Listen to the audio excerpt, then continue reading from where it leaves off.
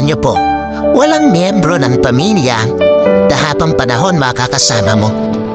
Walang asawa na habang panahon makakasama mo. Walang magulang na habang panahon makakasama mo. Walang anak na habang panahon makakasama mo.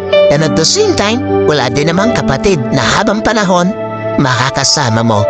Meron lang itinakdang panahon ang Diyos para makasama sila sa buhay mo. Meron lang itinakdang panahon ng Diyos para ma-enjoy mo yung mga panahon na makakasama sila. Bawat panahong kasama ang pamilya, pahiram ng Diyos. Bawat panahong kasama mo sila o bawat araw na kasama mo sila, kabawasan yon sa panahong makakasama mo sila. At bawat sandali na lilipas, palapit ng palapit yon sa pagtatapos ng pahiram na panahon sa iyo ng Diyos. Kaya hindi dapat sinasayang panahon para sa pamilya, lalo na sa pagtataniban ng sama ng loob, lalo na sa pagkakait ng pagpapatawad, at lalong-lalo na sa paggagawa ng yaman. Napakawalang kwenta yung mga bagay na minsan hinahayaan natin tasayanin yung panahon na dapat kasama natin ang pamilya natin.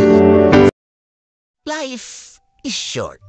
Huwag mong sayangin sa reklamo, sa himutok, sa panghihinayang, sa paninisi, sa paglulumbot ng kutan dyan. Kay mantra ho, minimize pain, maximize pleasure, and do the most good.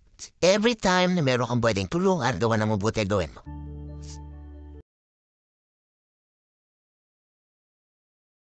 You know what makes you perfect? When you make someone smile. You know what makes you perfect? When you try to do something good for the people around you. You know what makes you perfect? When you feel someone's pain. And how beautiful pain is that it connects you with people. No other medium can connect you with others but pain. That's why I always say that I'm in pain, and that's the blessing in disguise for me.